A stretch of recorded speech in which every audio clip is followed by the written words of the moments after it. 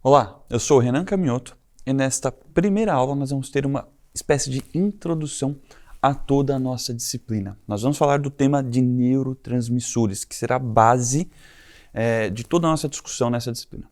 Para a gente entender o que são os neurotransmissores, a gente precisa primeiro relembrar o que é o nosso sistema nervoso. Tá? O nosso sistema nervoso, particularmente o nosso cérebro, né? Ele é constituído a partir de bilhões de células, né? E dentre elas, as principais são os neurônios, que é a base funcional, né, de todo esse sistema.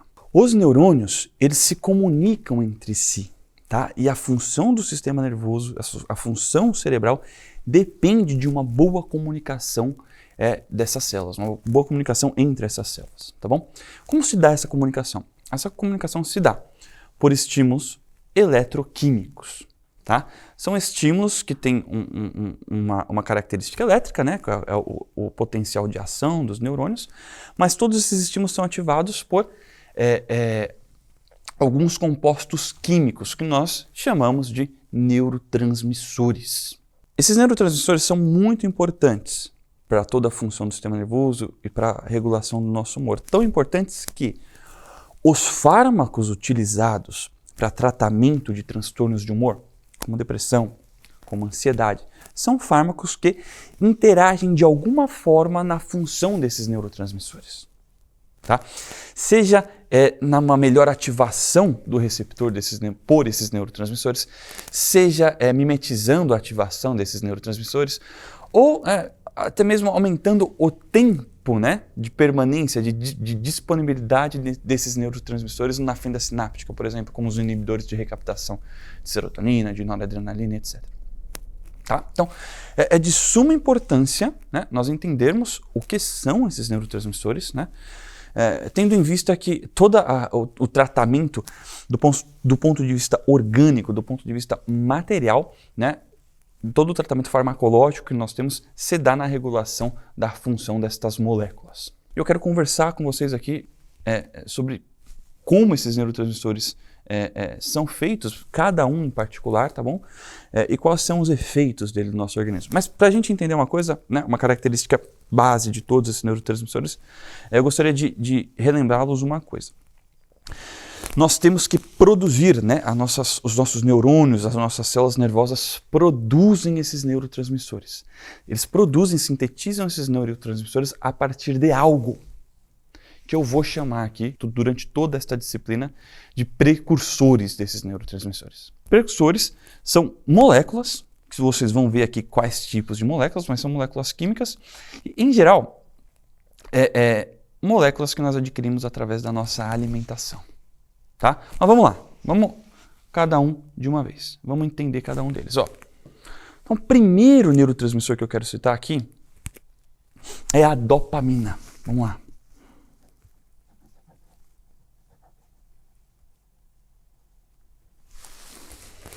A dopamina é o neurotransmissor que está associado ao sentimento de recompensa, a capacidade de engajamento em alguma atividade, né, de permanência em alguma atividade.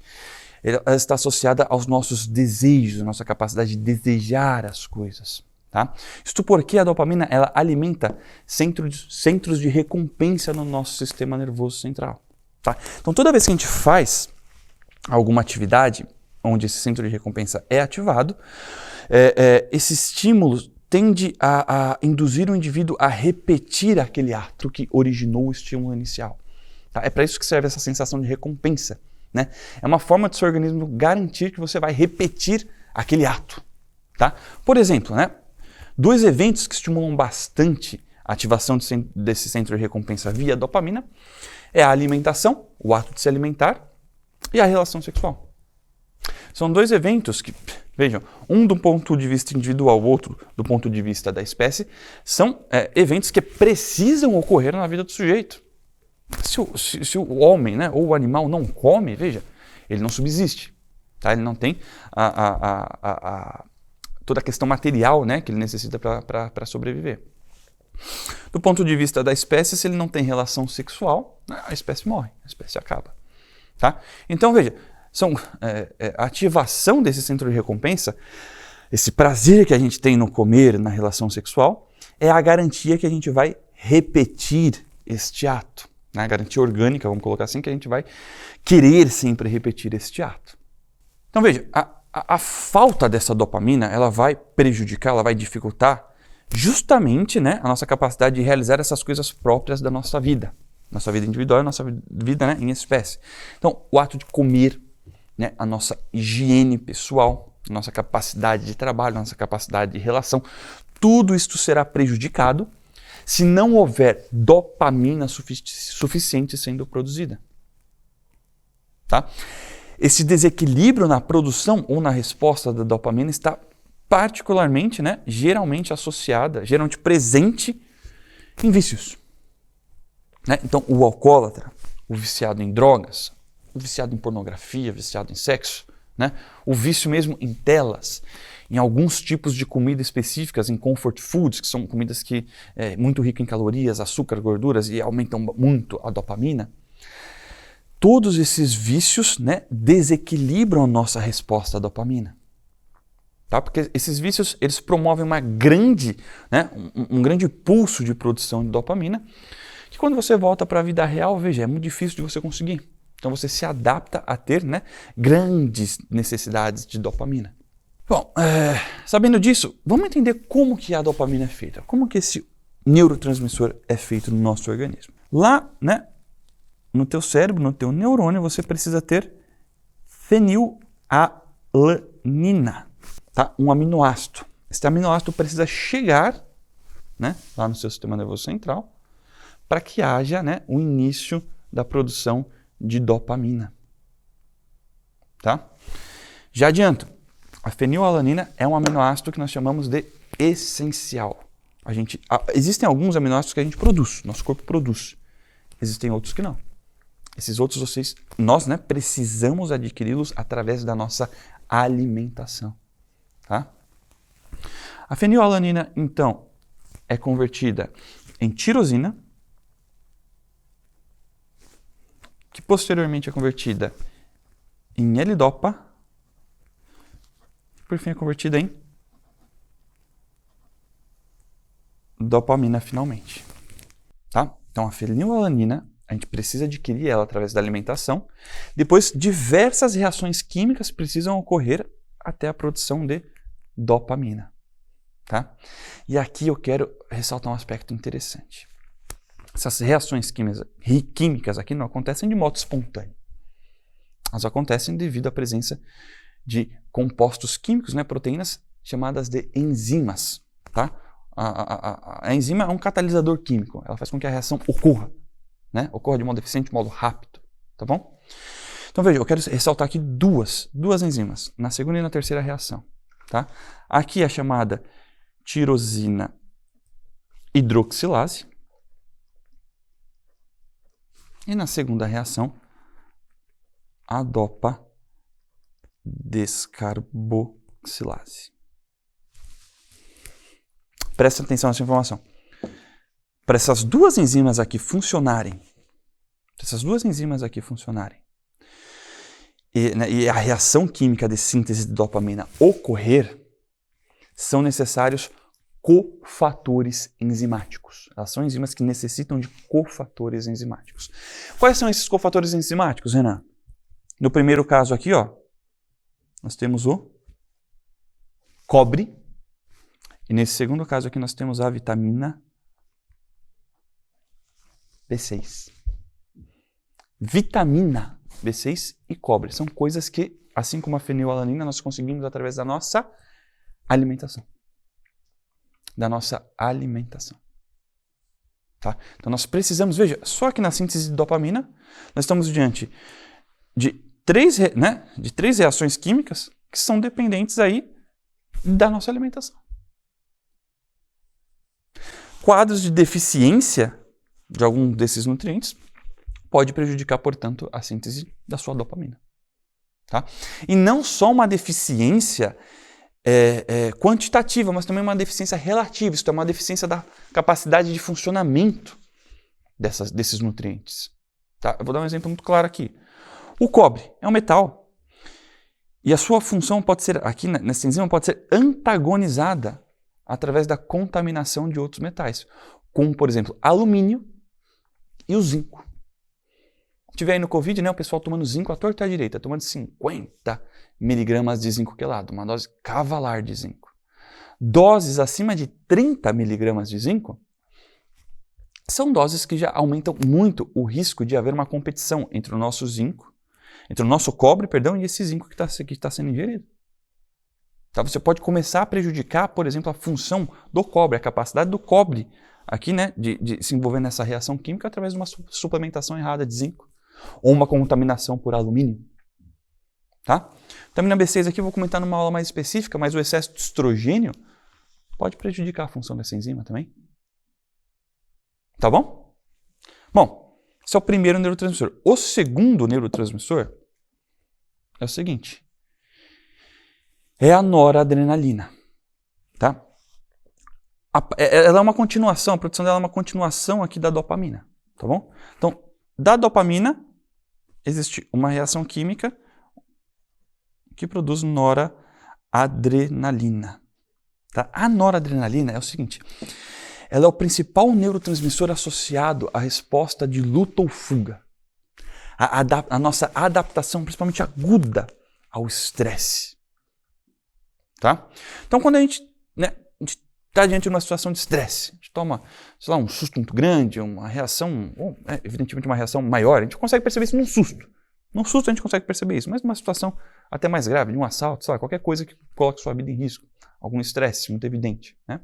A gente tem uma descarga de produção de noradrenalina, tá? E uma descarga de liberação, principalmente desse neurotransmissor. E ela, junto com a adrenalina, que é a sua versão circulante no nosso organismo, é a grande responsável por esta adaptação aguda ao estresse. Então, quais são os efeitos disso?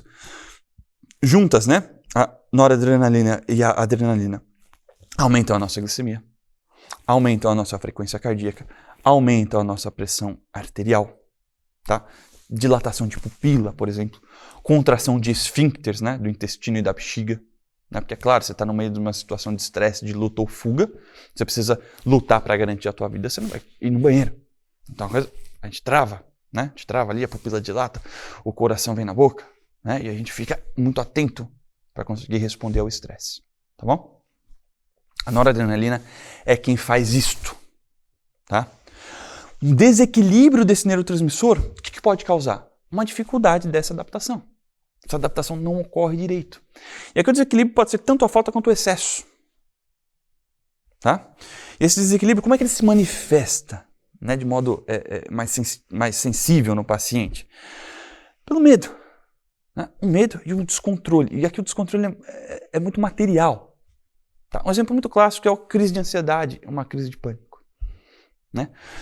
Ela tem o batimento, a frequência cardíaca aumenta demais, ela acha que, poxa, tá parecendo que eu vou infartar, o ar começa a não entrar, as mãos tremem, ela perde, né, a capacidade de se movimentar, de se orientar. Tá? É uma sensação mesmo de descontrole e de descompasso físico. Tá? Parece que a matéria não vai dar conta de se adaptar àquela situação extrema. Tá bom? Esta reação química aqui, ela também depende de um nutriente bastante interessante, inclusive, que é a vitamina C. Pouca gente sabe disso, mas a vitamina C ela pode te ajudar, por exemplo, em transtornos de ansiedade. Tá? Tem um estudo muito bacana, eu vou citar esse estudo para vocês nas referências do curso, mas é um estudo nacional, inclusive, que pegou assim, estudantes de medicina, né, que estavam em época de prova, inclusive, então pessoas, um público ansioso ali, né, suplementaram essas pessoas durante 15 dias com vitamina C. Tá? Essas pessoas que suplementavam então vitamina C e eles avaliavam a ansiedade antes e depois da suplementação. Eles perceberam que após 14 dias suplementando apenas vitamina C, essas pessoas tiveram menores scores de ansiedade no estudo. E de um modo muito interessante, após apenas 24 horas da primeira dose de vitamina C, esses indivíduos já tinham uma frequência cardíaca diminuída. Claramente um sinal de regulação de noradrenalina, tá? Porque a vitamina C é necessária para a produção de noradrenalina e também ela controla de modo fino, um ajuste fino, a quantidade de noradrenalina na fenda sináptica. Tá? Então a vitamina C ajuda aí tanto na falta de noradrenalina quanto no excesso dela, porque ela controla ali a dinâmica de recaptação de noradrenalina, por exemplo. Tá? Não deixando que haja excesso nem falta ali na fenda sináptica. Tá? Então, outro suplemento aí bastante interessante que eu posso citar aqui para vocês na rota bioquímica, no caso da noradrenalina. Bom, esse aqui é o segundo neurotransmissor. Vou falar do terceiro aqui, ó. A serotonina. Tá? Bastante gente conhece a serotonina. Ela é aquele neurotransmissor mais associado à depressão, né? O sentimento que ela causa na gente é uma coisa mais de felicidade, de sentido da vida, de um preenchimento interior. Tá? E o desequilíbrio dela está particularmente associado a processos de depressão. Tanto é que a grande maioria dos fármacos antidepressivos mexem de algum modo com a serotonina. Inibição da sua recaptação, agonismo do seu receptor e etc. Tá? A falta dela, portanto, se a presença dela causa essa felicidade, esse preenchimento, a falta dela causa essa tristeza, um vazio, uma falta de sentido. Tá? E como é que ela é feita? Ela também tem um precursor aminoácido, que é o triptofano. Tá? Aminoácido essencial, assim como a fenilalanina, a gente precisa consumir ele, adquirir ele através da nossa dieta, tá bom? Existe uma reação química aqui, né, de conversão de triptofano em 5-HTP. E uma outra reação química aqui que eu quero salientar, que já é a produção de serotonina. Tá bom? Essa primeira enzima aqui é a chamada triptofano 5-hidroxilase. Essa segunda aqui é o 5-HTP descarboxilase. Essas duas enzimas aqui também têm cofatores enzimáticos nutricionais. As duas têm os mesmos cofatores. Vitamina B6 e o mineral magnésio. Então você precisa de B6 e magnésio para ter aí as reações químicas e produzir serotonina de modo adequado, além de consumir triptofano na dieta. Tá certo? É um clássico, né? É um clássico a vitamina B6, né? A vitamina B6 está em bastante lugar, ainda vou falar dela em mais um neurotransmissor aqui, vocês vão ver. O excesso de estrogênio, né, na síndrome pré-menstrual, a gente vai ter uma aula só sobre isso depois. Mas é um clássico, né? O estrogênio prejudicando a capacidade da vitamina B6 em ser esse cofator enzimático, poxa, prejudica a formação de dopamina de um lado, consequentemente de noradrenalina, prejudica a produção de serotonina, prejudica diversos neurotransmissores, tá? E por fim, mas não menos importante, eu quero citar aqui 2 neurotransmissores de uma vez, que é o glutamato e o GABA. Esses 2 neurotransmissores, eles são produzidos, né, numa mesma rota bioquímica, eu vou mostrar para vocês, mas o glutamato de um lado e o GABA do outro, eles participam de um equilíbrio muito fino entre o processo de estimulação via glutamato e o processo de inibição via GABA. Tá? Então o equilíbrio desses 2 neurotransmissores é essencial para a regulação exata, né? A regulação perfeita da excitabilidade do nosso sistema nervoso central. Tá? Então vamos lá. Eles são produzidos da seguinte forma. Lá na mitocôndria, do metabolismo mitocondrial, é produzido o glutamato. O glutamato, através de algumas reações químicas, é convertido em GABA, que é o neurotransmissor inibitório, que volta para a mitocôndria, né? Que ele vai alimentar novamente algumas reações químicas na mitocôndria, que vão gerar novamente glutamato, por sua vez. Estas 2 reações químicas aqui dependem, por exemplo, de vitamina B6. A vitamina B6 está em todas. Tá? Novamente, um nutriente aí necessário para o para o equilíbrio da produção de alguns neurotransmissores. Tá bom?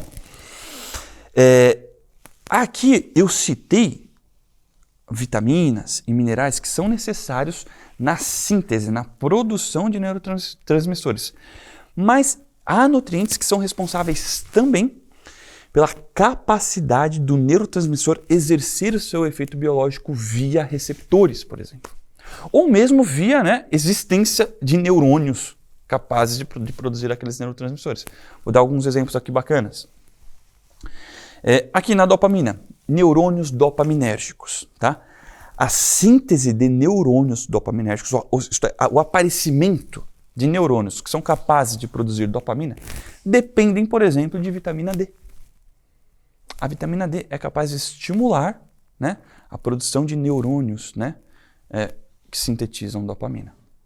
Também, a vitamina D age na expressão de algumas dessas enzimas. Então, por exemplo, a tirosina hidroxilase.